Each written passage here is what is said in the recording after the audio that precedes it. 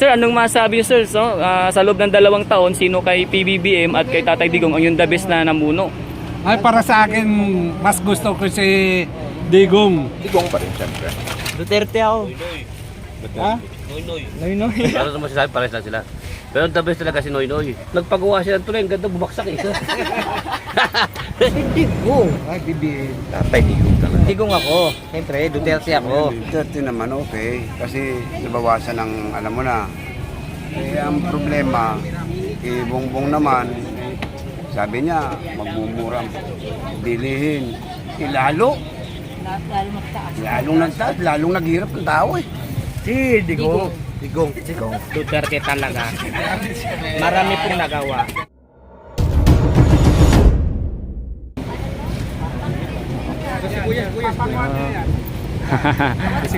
Ay, ito si ma'am. Ma'am, magandang araw. Ma'am, kung ano lang po, survey lang to, ma'am. Para po sa inyo, ma'am, sa loob ng 2 taon, sino kay PBBM at kay Tatay Digong yung nakita nyong the best na namuno? Kasi okay si Digong, kaso lang hindi natin masyado na ano kasi pandemic yun eh. Nakaupo lang siya. Itong si BBM, hanggang salita lang pero hindi talaga siya kasing galing ng tatay niya. Iba talaga. Kumbaga yung mga pinangangako niya noon, yung kampanya, siyempre mga tao uhaw sa mga ganun eh. Oo naman. Pero wala siyang ngayon away-away pa. Ako, wala na ano. Hindi ko nga malaman kung sino ng ano natin ngayon. Parang tutulong sa atin. Isa yung mga ano natin ngayon. Mas maganda pa nga ata magpolitiko yung mga kahit walang pinag-aralan. Kasi kung tuusin ang pagserbisyo ng tao, hindi kailangan ng alpabito. Dito yun, nandito yun, saka dito.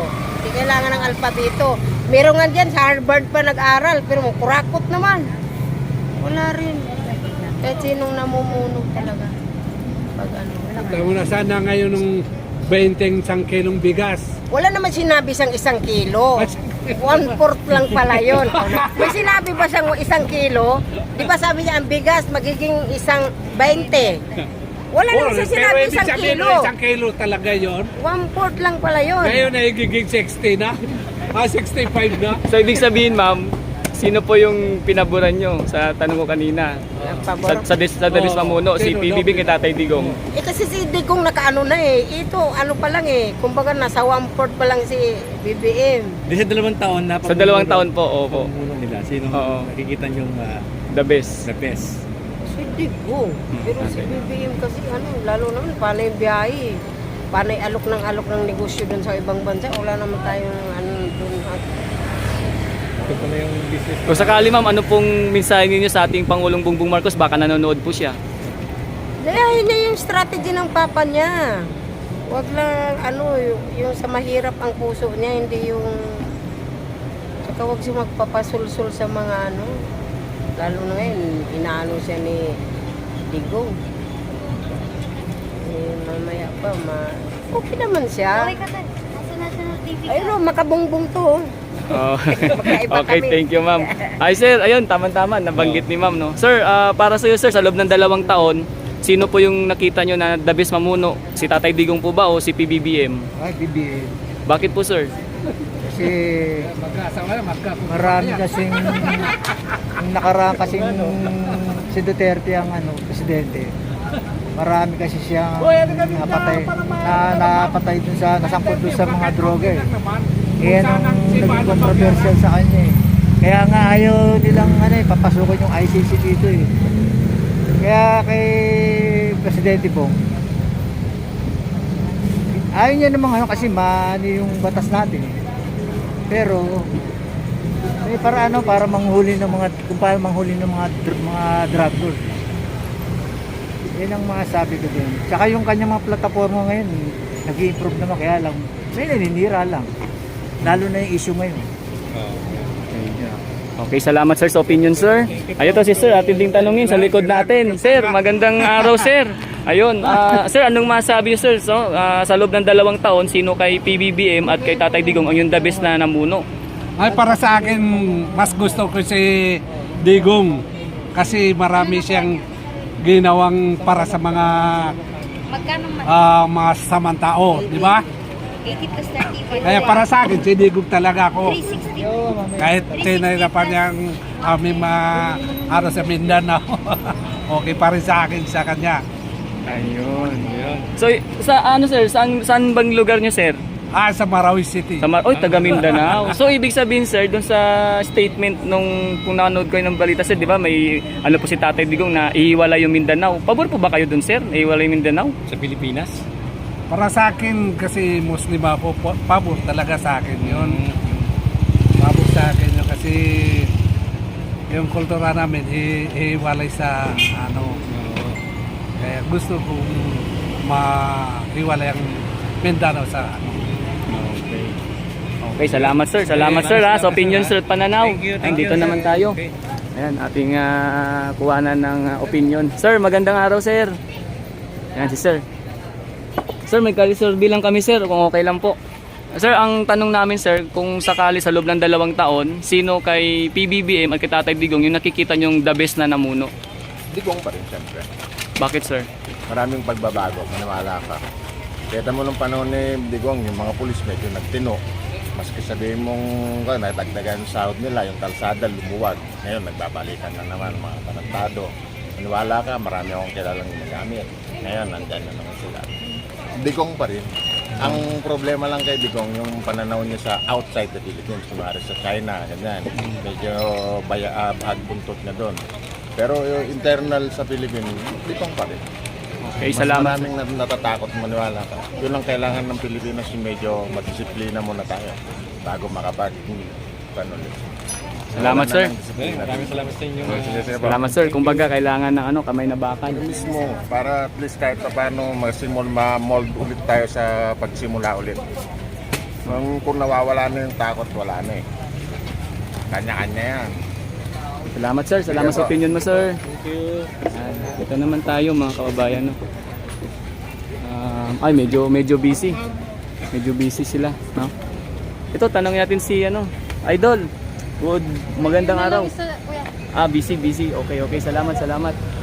So, salamat po mga kababayan ko, no? At tuloy-tuloy tayo. Ayan, sir, magandang araw. Kali-survey lang kami, sir, kung okay lang po. Okay. Ma'am, hello. Magandang araw. Ma'am, basta na po. Kali-survey lang, ma'am. Okay lang po ba, ma'am? Paso. Okay. Diretso tayo mga kababayan ko, no? Dito. Ito. Ayan. Konting tanong na naman. Kamang tanong pre. Ayan. Ay, sa daan tayo. Oh. Ikaw na pre, ikaw naman. Sa 2 taon pong pamumuno ni Pangulong Bongbong Marcos at saka ni Pangulong Duterte, sino po ang the best na nakikita niyong ginawa nila? Pamumuno nila. Sino ba? The best? Duterte o si Marcos daw? Duterte ako. Ha? Noy. Duterte ako. Duterte. Bakit sir? Bakit Duterte? Nalinis na yung mga yung Manila Bay. Okay, yung ni Duterte. Para sa akin yun Okay sir. Salamat sir, salamat sa opinion sir. Ito si sir, narinig natin eh. Si Noy day. Si dating okay sir, sa palagay mo sir, no? Sa loob ng 2 taon sir, sino kay PBBM at kay Tatay Digong yung nakita mong the best sir na namuno? Numuno? Wow. Pares lang naman sila eh. Wala rin naman sila, pares lang sila. Pero the best talaga si Noynoy. Bakit po sir? Ha? Bakit po sir nasabi ninyo? Nagpagawa siya ng tulay, ang ganda bumaksak eh. Tapos, nagpagawa ng wala naman tulay. Di ba yung sa Kaya lang, maganda, the best ha. Okay sir, salamat. Nabalitaan ko nga yun eh. Para masaya kayo. Nabalitaan ko nga yun eh. Para lang kayo masaya. Gumawa ng tulay, wala namang... Wala ka na, di ba? Sa mga wala namang ilog. Walang ilog. Okay, salamat sir. Sir, Ayo. dito sir, atin tanungin, siyempre. Ayan, magandang araw sir. Sir, para sa iyo sir, sa loob ng 2 taon, kanino kay PBBM at kay Tatay Digong yung nakita niyong the best na namuno sir? Loob ng 2 taon? Si Duterte siguro. Bakit sir? sa ano, yung... Marami siyang project na yan yung nagawa eh. Kay kay ano? PBBM. Ano, sa bigas na, sira kagad siya sa bigas, di ba yun? Isa bumaba, lalo pa tumaas. So sir, kung sakali po, ano pong mensahe niyo sa ating Pangulong Bongbong Marcos dahil sa mga nakita ninyo na ganyan? Gawin lang yung ano, yung nararapat na ano. Para mapababa lahat ng bili, no, naman yung pangailangan ba ng mga tao. Okay. Salamat sir, salamat sir. Thank you. Yan. Thank you po sa inyong mga Opinion at pananaw. pareha naman sila wala pa. Salamat sir. Hi ma'am, sir, magandang araw. Ma'am, pwede po ba kayo makuha ng opinion? Kali survey lang po ma'am. Ikaw, Des. Tungkol po kay PBBM, kay Tatay Digong. Ayun na, wala ko alam. No comment po. Okay, salamat ma'am. Dito meron. Ito, may daan dito. Diretso tayo, paikot tayo. Ayan, ito, sila, sir. Oh. Sir Idol, good magandang tanghali ba? Magandang tanghali na, no? Sir, pwede ba namin maabala, sir? Oh, ayun. Kalisorbi lang kami, sir, no? Tungkol sa opinion. Sir, kung kayo po yung tatanungin, sir, sa loob ng 2 taon, sino kay PBBM at kay Tatay Digong yung nakikita nyong the best na namuno? Tatay Digong talaga. Bakit, sir? Saka hindi pa natapos si BBM eh. Pag matapos yan, makikita natin kung yung pamumuno niya. Pero ayos din si BBM. Yun ang sa akin. Salamat, sir. Salamat. Thank you, sir. Ayan. Hindi Ikaw, natin mahusin yung dalawa kasi parehas yan eh. Diba? so sa parehas kayo, sir. Gitna lang. Parehas ka, gitna lang ako. Thank you, sir. Thank Wala you. akong kinikilingan sa dalawa. Lahat natin, yan eh. Pangulo natin yan lahat eh. Diba? Pero ngayon, susubukan natin si BB, hindi pa tapos eh. Diba? Tama.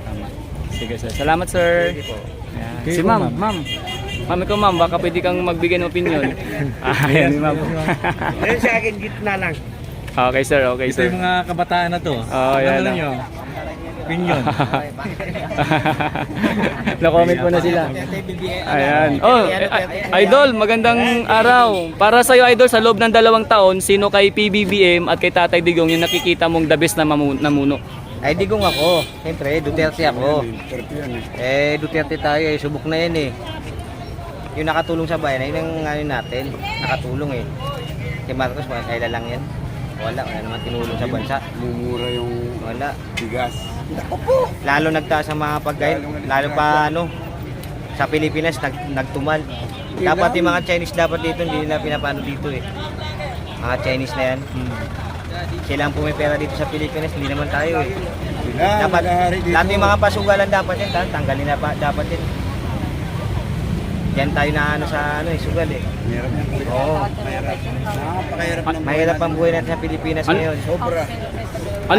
Ano po sir mensahe sa ating Pangulong Bongbong Marcos?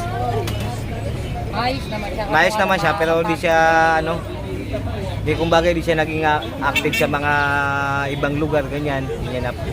Si Digong talaga, dabis talaga sa akin lahat. Talaga namuno, dabis talaga. Duterte ako eh. Lahat kami pamilya Duterte eh. Salamat. Digong kami. Salamat sa opinion, Yan ang sir. masasabi ko. Ayan, sir, kayo naman, sir. Ano pong masabi ninyo, sir? Kanino po kay PBBM or Tatay Digong yung sa 2 taon na the best na namuno nakikita ninyo? Si Duterte naman okay kasi nabawasan ng mo na. Ang problema, Bongbong naman, sabi niya magmumura bilihin. Lalong nagtaas, lalong naghirap ang tao eh. Sa totoo sa totoo. Sabi, mura ang galunggong. Naku po, Diyos ko. Ang galunggong ngayon kung magkano no? Dati nakukuha namin ng 120. Ngayon, 200, 280 na. Paano natin masasabing maayos ang pamumuno, di ba? Kahit naman kayo eh. Sa inyo ko na lang ibaliktarin ko yung salita ko. Ganun at ganun talaga.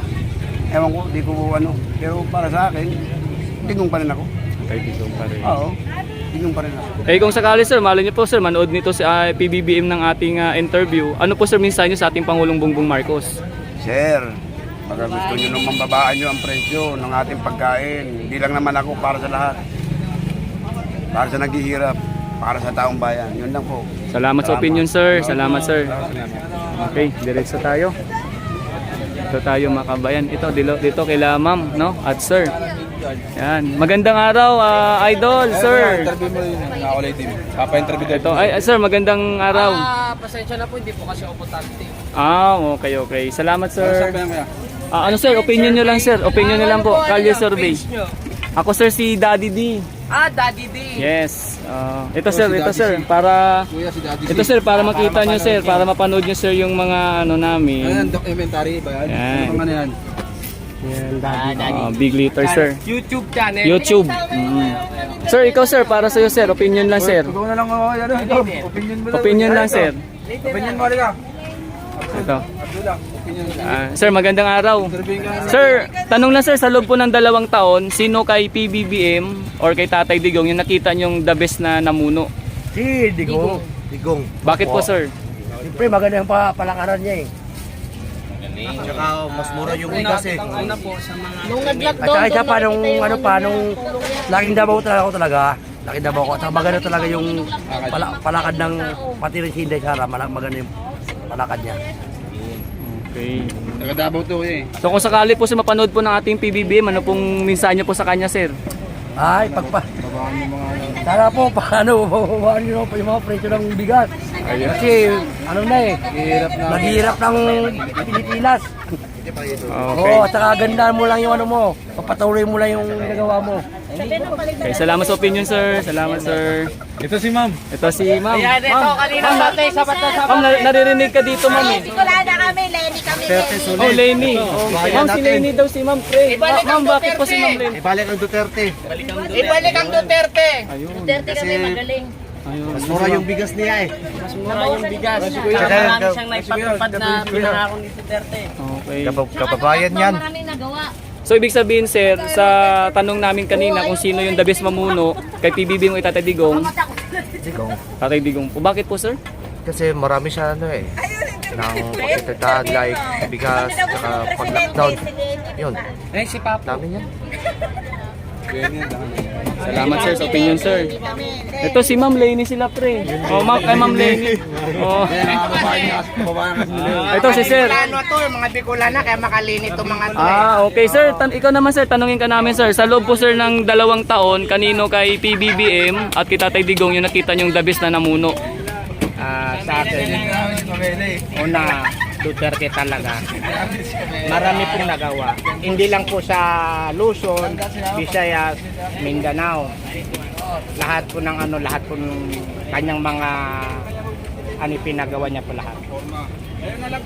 Kaya the best po, Duterte. Salamat po, sir, sa opinion at pananaw. So, the best si Tatay Digong. Ayan. Ito si Ma'am, atin din tanungin. Ma'am, matanong ka na din namin din, Ma'am. Ma'am, May kay Tatay Digong po kayo. Bakit po, Ma'am? Bakit si Tatay Digong po? nabawasan po yung mga kriminal sa Saka Okay. maraming nagawang maganda. Salamat po, Ma'am. So tayo mga kababayan ko, no? At dito paikot tayo dito. So, syempre, salamat po muli sa mga kababayan natin na palagi nakasubaybay sa ating Kalye Survey dito po sa ating YouTube channel. Sana po wag niyo pong kalimutan na mag-subscribe at share and likes po, no? At syempre, click niyo po ng all yung notification bell para palaging updated sa susunod pa nating update. Salamat sa inyo mga kababayan.